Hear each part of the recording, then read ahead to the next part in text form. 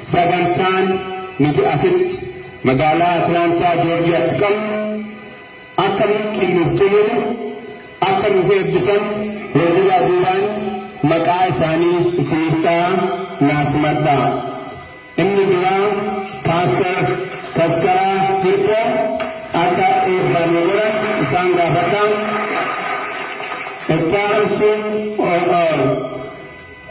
Sheikh Abdurrahman Daayoo akka eebbaan godhan walduraa duubaan. Ittaan sun Obbo Bariisoo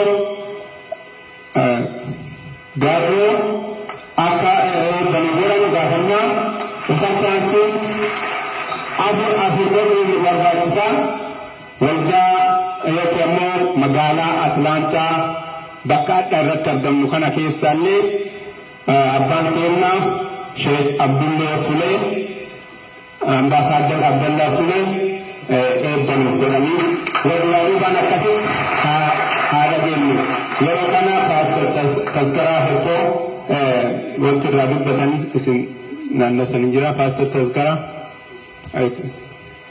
Nuuf galchaa.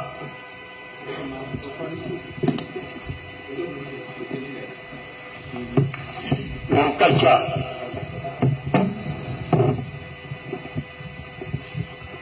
Waaqayyo sinaa eebbisu. Waaqayyo carraa haarii nuu kenneera. Carraa gaarii kanatti akka dhimma baanuuf Waaqayyo nu gargaaru. Sabni keenya Waaqatti amana. Kan biraatti namanu. Amantii kanatti akka cimnuuf Waaqayyo nu gargaaru. Oromoon tokko aadaa tokko qaba, afaan tokko qaba, biyya tokko qaba, dhiigni isaa tokko. Har'a kun gaaffii keessa galeera. Jireenyi keenya gaaffii keessa galeera. Wanti bani nu fidee isa gaaffii ta'e kanaaf deebii barbaaduu dhoone.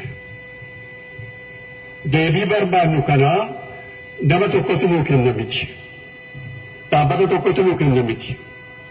Dhaabbata amantiin nuu kenna miti. Dhaabbata poolitikaan nuu kenna miti. Sabatu dubbatama. Yeroon isaa yeroo sabaati.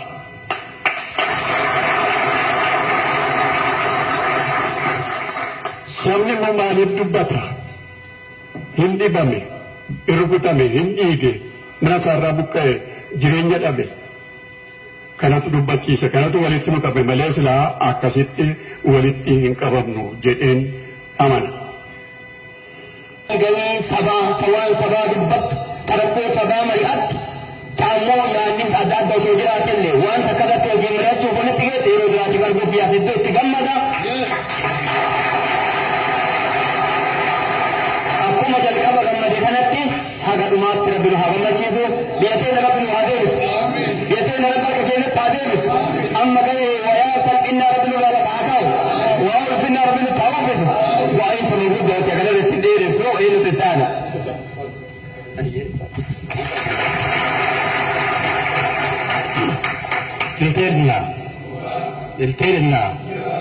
Ilteedinna obbaa ijarraa hafa kun afaan jilaati.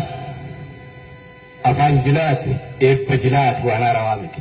Hayyee jennee loo jedhamni eebba jilaati akka oromtichaatitti.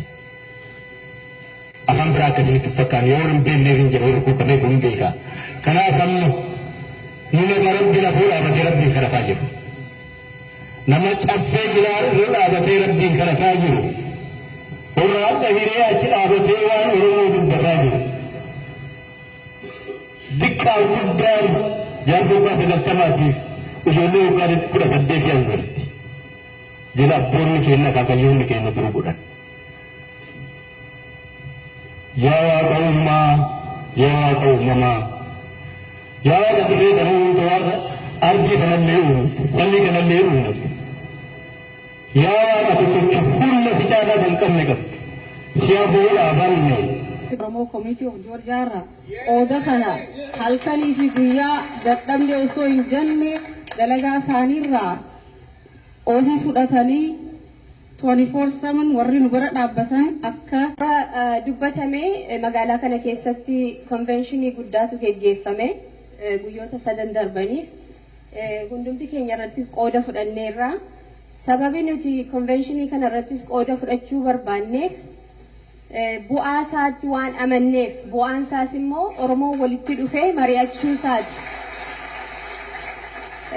Oromoon yoo walitti dhufee mari'atee ilaameedhaan haasa'e waan hundumaadhaan furmaata qaba. Kanaafiyyuu hagammaa walitti hin dhufnaa garuu rakkoo keenyas immoo tarreessinee lafa keenyee furmaata isaa wajjin lafa kaawuu hanqanneef baroota dheeraadhaaf gabrummaa jalatti qabamnee jirra. Kanaaf mariin gaariidha isa jedhu sanatti amanneetu bakka kana dhufnee jechaadha. Akkuma isiniin jedhe namni tokko amma walga'iin inni guyyaa xumuramutti turte garuu deebitee galte.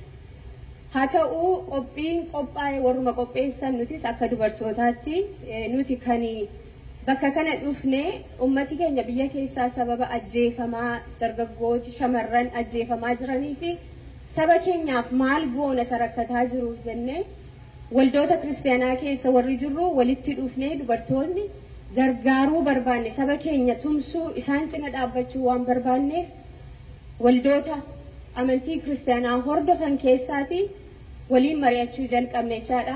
Hojii hojjenne baay'eedha asirratti amma isinitti himuudhaaf tarii tashifeen dhufee gadi bu'inaan jedhaaf malee waan fakkeenya ta'an waan hedduu hojjenne Minnesotaa keessatti tarii baay'een keessan sooshaal miidiyaa irratti argitanii ta'a diraamaallee qopheessine diraamaa ilmaan Oromoo osoo nam tokko siin hoggoonan osoo hin jenneen hawaasa fedhii hawaasaatiin wanna kana qophaa'u isaatiin fuulduraaf uummanni Oromoo sirna gadaa dheengada jennu sun dhugaa ka deebisee naf fakkaata ammallee tun ta duraati malee tamaayyiiti miti itti fufa kan jiruun ahdii qaba. Akka nama tokkotti hawaasni tokko gaafa iccitii ofii tiifatee waliigalteedhaan qooqa tokkoon tiifatee argitee waan barbaadurra goolii inni barbaadurra gahuu danda'e bilisummaan akka balbala keenyarraa ol ifintartee jirtu agarsiisa. Ammoo hamman addunyaa tanarra dhaladhee hamma nagee wanta hedduutti dhibamaa turreerra namoota hedduutu Oromoon hammana gahuu ilaalcha adda addaa qabu bakka adda addaarraa dhufu walitti dhufee jechuun bakka takkaan nagayaan ni deemaa jamee yaadamne ture sun hundi puruuf ta'etti namni dheebuu bilisummaa takka qophii hojii bilisummaan barbaachistu gahee san taphachuuf namuu akka qophaa'e natti agarsiise. Kun ammoo hawwii haaraa nu hunda keessatti hawwatee jira jechuudha. Yaa'iin hoogganoota Oromoo kun ka guyyoota sadiif geggeeffame kun milkii akkamii qabaa? Uummanni Oromoo yaa'ii kanarraa yookaan kora kanarraa maal eega jettanii yaaddu? Kora kanarraa wanni eegu uummata Oromoodhaa duraan dursee dhugaa barbaadde tokkummaadha eega. Tokkummaa Oromoo ijaaruun nurra jira. Isaanillee yaadamma uummanni Oromoo yaadu kana walga'iin har'aatuun hedduu nama gammachiisti waa hedduu irraa barree. Fincila xumura gabrummaa kan jiru isaan ijoolleen teenya ijoolleen raayilaa doktoraa warri lafa qotatu hundinuu Oromoo waan barbaadu beekeeti fincila lafaa ka'e. Nuti qaamotiin Oromoo biyya alaa jirtuus waa lama godhuu dandeenya. Akka bilisaatiin akka yaa'ii kana walitti dhufnee mari'achuu. Lammata qabeenya qabnu leecalloo qabnu walitti qabnee uummata biyyaa gargaaru nutillee asitti hawaasummaa keenyaan cimuudha. Yeroo hundumaa mariidhaan ta'uu qaba kun aadaa Oromoo keessaa kan bahu gadaa Oromoo keessaa kan bahu dhimma biyyoolessaa mariidhaan xumurama.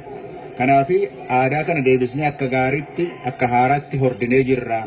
Ammaan jalqabee uummanni Oromoo dhimma biyyoolessaa gaafa haasa'u mariidhaan godhataa jira. Gammadi Oromoon tiyya takkanaa taanaan walga'ii bareedduu tunnaa dhufnaan hodduun irraa gammadi.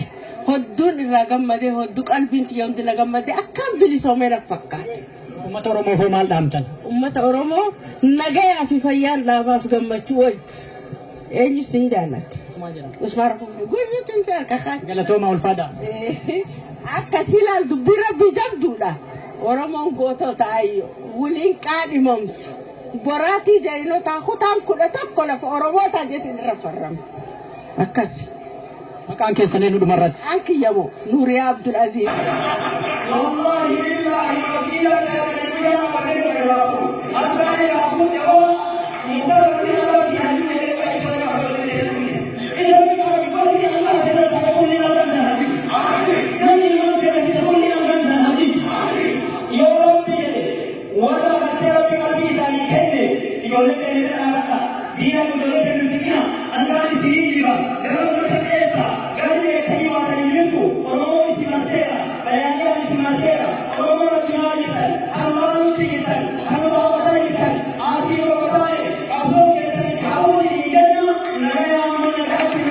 Gracias.